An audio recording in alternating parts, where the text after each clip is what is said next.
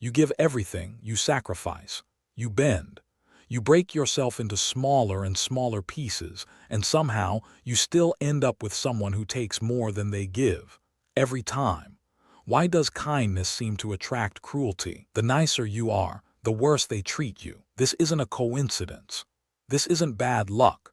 There's a psychological pattern running beneath your relationships that you've never seen, and until you understand it, you'll keep repeating it. Today, we're going to expose the hidden mechanisms that make compassionate, empathetic, giving people into magnets for narcissists, manipulators, and emotional predators. Kindness attracts cruelty, not because kindness is weak, but because of what kindness often hides. By the end of this video, you'll understand exactly why your relationships keep failing, and more importantly, how to finally break free from this destructive cycle. The nice trap. Let's start with an uncomfortable truth. Being nice isn't always a virtue. Sometimes it's a survival strategy. Psychologists call it the fawn response, one of the 4 trauma responses alongside fight, flight, and freeze. When you grew up in an environment where your needs were ignored, where expressing yourself was dangerous, where love was conditional, you learned that the safest way to exist was to make yourself useful, to anticipate other people's needs before they even knew they had them, to smooth over conflict before it erupted, to shrink yourself so others could expand. The child who is not embraced by the village will burn it down to feel its warmth. But here's the problem. When niceness becomes your default operating system, you stop asking an essential question: what do I actually want? You become so focused on managing other people's emotions that you forget you have your own. And toxic people, they can smell this a mile away. They recognize someone who will put their needs last, someone who will tolerate mistreatment because they're terrified of abandonment. Survival, not virtue. But why do we develop this pattern in the first place? The answer goes deeper than you might expect. Wounded healers. There's a pattern that therapists see again and again. The most empathetic people often come from the most painful backgrounds. Carl Jung called this the wounded healer archetype, those who develop extraordinary sensitivity to others' pain because they had to navigate so much of their own. Think about it. If you grew up with an emotionally unstable parent, you became an expert at reading the room. You learned to detect the slightest shift in someone's mood. You developed an almost supernatural ability to sense what people needed before they asked. These are incredible skills. They make you compassionate, intuitive, deeply caring. Your greatest strength comes from your deepest wound. But here's the dark side. These same skills make you a perfect target for manipulation.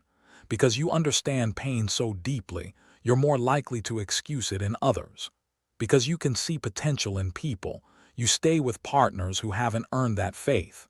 Because you know what it's like to struggle, you give endless chances to those who don't deserve them. Your empathy becomes your prison. You keep trying to heal people who don't want to be healed. And toxic partners, they exploit this mercilessly. But there's something even more hidden at play. Love template. Here's where it gets uncomfortable. The love you seek as an adult is often shaped by the love you received or didn't receive as a child. Attachment theory, developed by John Bowlby, reveals something profound. Your earliest relationships create a template for all future ones. If your parents were inconsistent, loving one moment, cold the next, you learn that love is unpredictable. If you had to earn affection through performance or caretaking, you learned that love must be worked for. If you were criticized or neglected, you learned that you're not inherently worthy of love. And here's the devastating part: familiarity. When we enter adult relationships, we're unconsciously drawn to what feels familiar, not what feels healthy. A partner who runs hot and cold, that feels like home. Someone who keeps you guessing, that feels like love. The chaos, the uncertainty, the constant effort to prove your worth, it's painful, but it's the only love language you truly know. We accept the love we think we deserve. This is why nice people often feel nothing when they meet genuinely good partners. The kindness feels boring. The stability feels suspicious. The respect feels wrong. Meanwhile, the narcissist who mirrors your childhood wounds feels like destiny. But there's another mechanism that keeps you trapped: intermittent reward. Toxic relationships work exactly like slot machines. And I mean that literally. In the 1950s, psychologist B.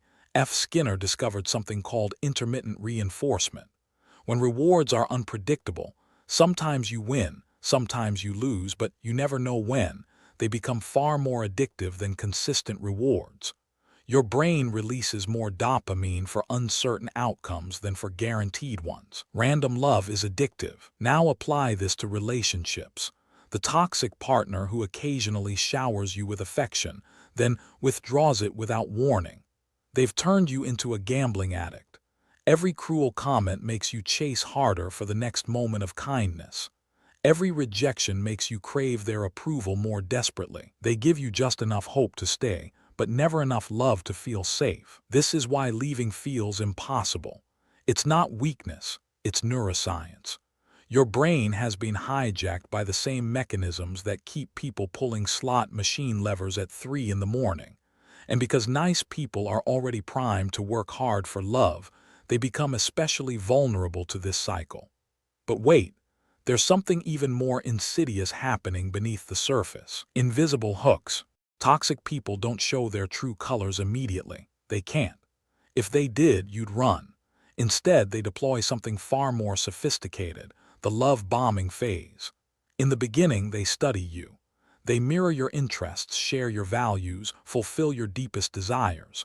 They become the person you've always been looking for. For someone who's spent their life giving and never receiving, this feels like finally coming home. It's a calculated performance, but here's what's really happening. Every act of excessive devotion creates an invisible hook. Every grand gesture creates a debt you'll later be expected to repay. Every moment of intense connection creates a standard you'll spend the rest of the relationship trying to recreate. When someone shows you who they are, believe them the first time. The problem is, by the time the mask slips, you're already addicted. You've already restructured your life around them.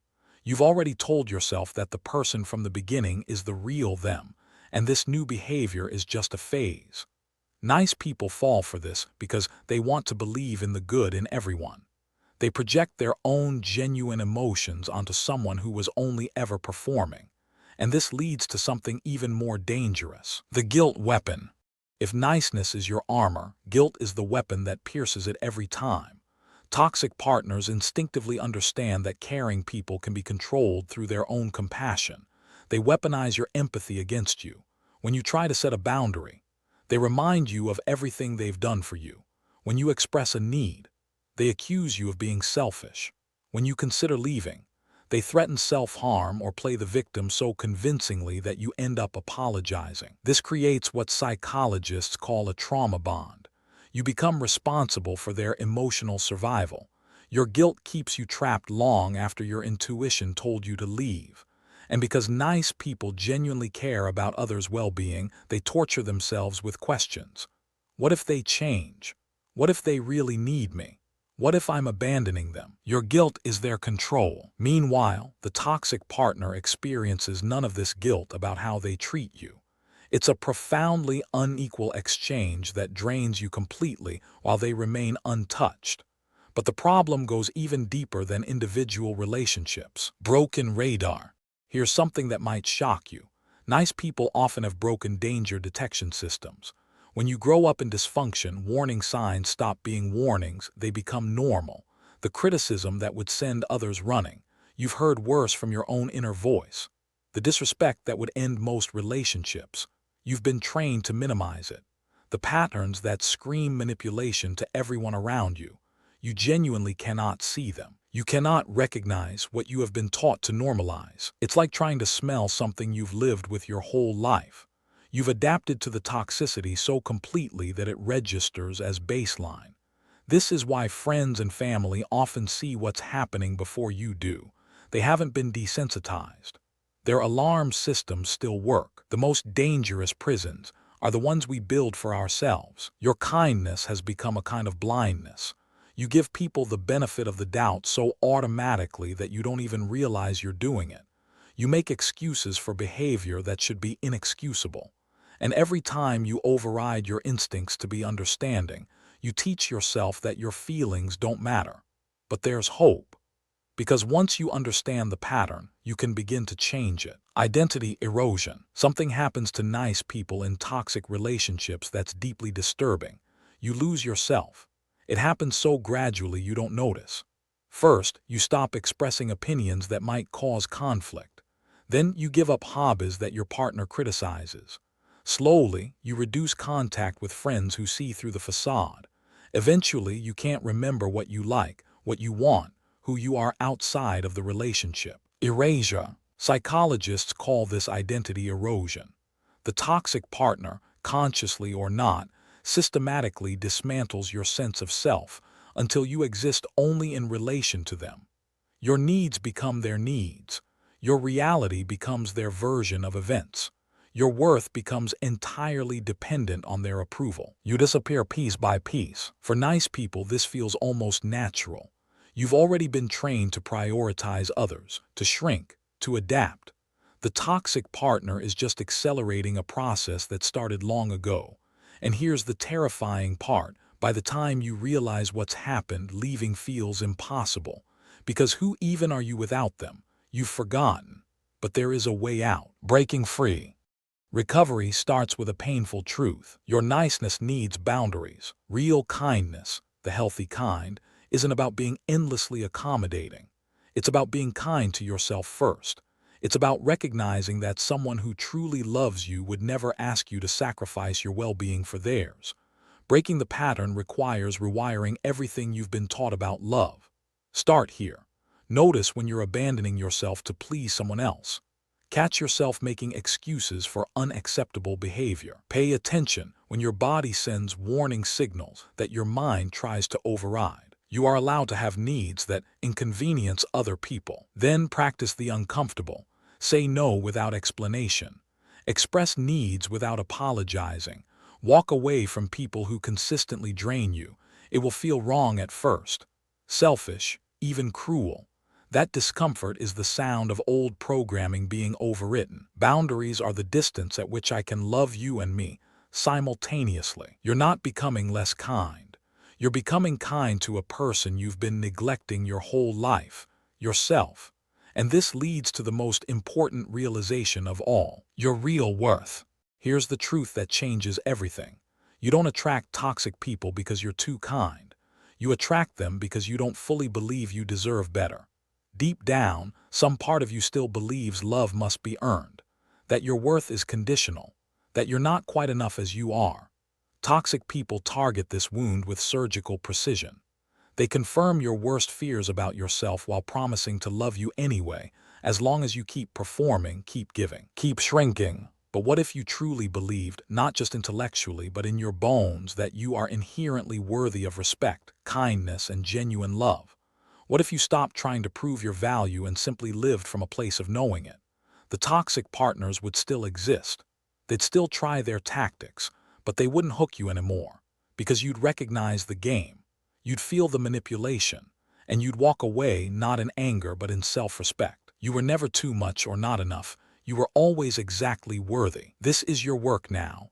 Not becoming less nice but becoming more honest. Not building walls but building standards. The world needs your kindness.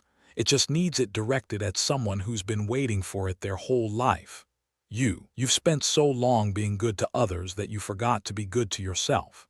You've given away pieces of yourself to people who only knew how to take.